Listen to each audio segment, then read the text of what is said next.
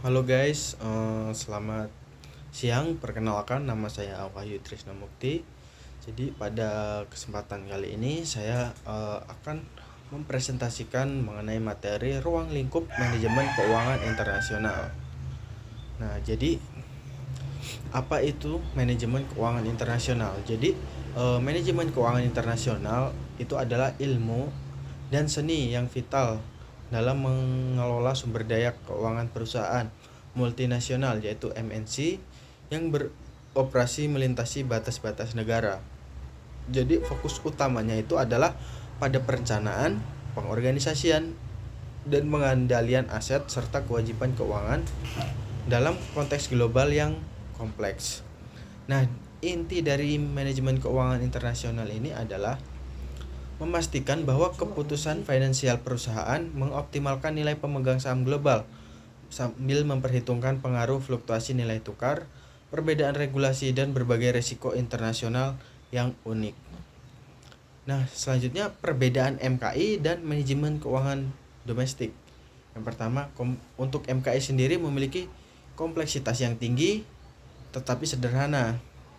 Nah, untuk domestik ini resiko valuta asing, namun minim resiko. Nah, untuk yang pertama tuh perspektif global. MKI ini mengambil keputusan finansial dari perspektif internasional, mempertimbangkan efisiensi pasar, modal, dan investasi global, jauh melampaui batas pasar domestik. Yang kedua ada kompleksitas yang lebih tinggi. Ini tuh melibatkan kompleksitas tambahan seperti resiko valuta asing, perbedaan sistem perpajakan, dan tuntutan hukum yang berbeda di setiap yurisdiksi. Yang terakhir ada kondisi multibudaya. Nah, manajer harus berhadapan dengan perbedaan bisnis, praktik akuntansi, dan kondisi politik yang mempengaruhi keputusan investasi dan pendanaan di berbagai negara. Peran krusial perusahaan multinasional. Nah, peran perusahaan multinasional adalah subjek utama dalam manajemen keuangan internasional.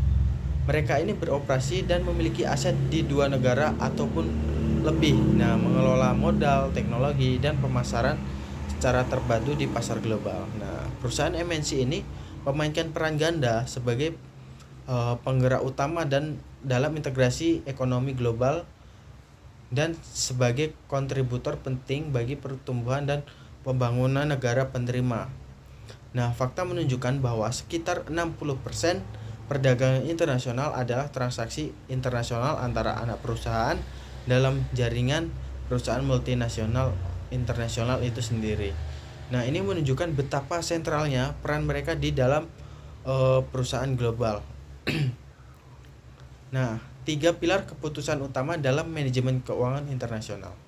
Jadi, keputusan dalam manajemen keuangan internasional dapat dikelompokkan menjadi 3 strategis yang saling terkait. Yang optimalisasi keputusan ini sangat penting untuk memaksimalkan nilai perusahaan di tengah resiko global yang ada.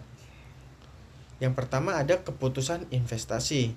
Jadi memilih proyek dan aset mana yang akan diakuisisi di berbagai negara, termasuk analisis investasi asing langsung dan penentuan nilai proyek modal lintas batas. Selanjutnya ada keputusan pendanaan. Nah, keputusan pendanaan ini adalah menentukan struktur modal optimal dan sumber pendanaan yang paling efisien, baik melalui pasar modal domestik, pasar euro currency, atau pendanaan internasional perusahaan multinasional. Yang selanjutnya ada kebijakan dividen. Jadi menetapkan proporsi laba yang akan didistribusikan kepada pemegang saham versus yang diinvestasikan kembali atau return earning. Nah, dengan mempertimbangkan regulasi, repatriasi dana, dan perbedaan tarif pajak global. Selanjutnya ada kendala dan tantangan dalam manajemen keuangan internasional. Yang pertama tuh ada masalah keagenan global. Jadi konflik kepentingan antar manajer anak perusahaan dan pemegang saham perusahaan induk. Nah, ini diperparah oleh jarak geografis, perbedaan budaya, dan kurangnya transparansi informasi. Selanjutnya ada kendala lingkungan. Nah, ini tuh adalah perbedaan yang signifikan dalam hukum, regulasi, tarif pajak, dan standar akuntansi antar negara yang memerlukan penyesuaian operasional dan pelaporan. Pengawasan manajer. Nah, kesulitan dalam mengawasi kinerja manajer anak perusahaan di luar negeri yang beroperasi di lingkungan pasar dan budaya yang sama sekali berbeda dengan perusahaan induknya. Selanjutnya ada mengelola spektrum resiko internasional. Jadi perusahaan multinasional harus secara proaktif mengidentifikasikan dan mengelola berbagai jenis resiko yang muncul dari lingkungan operasi global. Yang pertama ada resiko nilai tukar. Jadi perubahan kurs mata uang asing dapat berdampak pada nilai kas, pendapatan, dan biaya perusahaan. Nah, resiko ini dapat berupa resiko transaksi, resiko translasi, dan resiko ekonomi. Yang kedua ada resiko politik. Jadi potensi kerugian yang timbul dari perubahan kebijakan pemerintah asing, nasionalisasi, embargo, atau konflik sipil yang dapat mengganggu operasi dan kepemilikan aset perusahaan multinasional. Yang ketiga ada resiko ekonomi. Ini tuh meliputi kondisi makroekonomi yang tidak stabil di negara operasi, seperti tingkat inflasi yang tinggi, perubahan suku bunga, atau penurunan drastis permintaan pasar. Nah, studi kasusnya itu adalah lindungi nilai atau hedging dan nilai tukar. Nah, jadi volatilitas nilai tukar merupakan ancaman nyata bagi keuntungan perusahaan MNC. Nah, bayangkan jika perusahaan A yang berbasis di AS berencana ini berinvestasi dalam pembangunan pabrik di negara B, di mana mata uang B sangat fluktuatif terhadap dolar AS.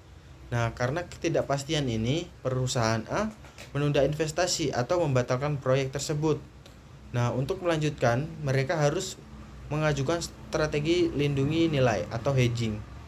Nah, ini tuh melibatkan penggunaan instrumen keuangan seperti kontrak berjangka atau opsi untuk mengunci nilai tukar di masa depan. Nah, penggunaan lindungi nilai efektif mengubah ketidakpastian kerugian kurs menjadi biaya resiko yang terukur, memungkinkan perusahaan MNC untuk membuat keputusan investasi yang lebih stabil dan berkelanjutan. Selanjutnya ada peran manajemen keuangan dalam era globalisasi. Nah, dalam ekonomi yang semakin terintegrasi, MKI adalah katalisator yang mendorong pertumbuhan global dan daya saing perusahaan. Fasilitasi FDI memudahkan aliran investasi asing langsung yang paling untuk menyebarkan modal, teknologi, dan praktik terbaik ke seluruh dunia. Peningkatan efisiensi. Melalui manajemen modal global yang terpusat, MKI mendorong efisiensi alokasi sumber daya dan mengurangi biaya transaksi di seluruh rantai nilai MNC. Dan yang terakhir ada adaptasi pasar. Nah, ini tuh membantu perusahaan beradaptasi secara cepat terhadap perubahan regulasi, politik, dan dinamika pasar internasional yang terus berkembang. Nah, kemampuan untuk mengelola dan memobilisasi modal secara efisien di pasar global yang berbeda adalah prasyarat bagi perusahaan MNC untuk mempertahankan keunggulan kompetitif mereka. Jadi kesimpulannya adalah manajemen keuangan internasional adalah kunci keberhasilan global.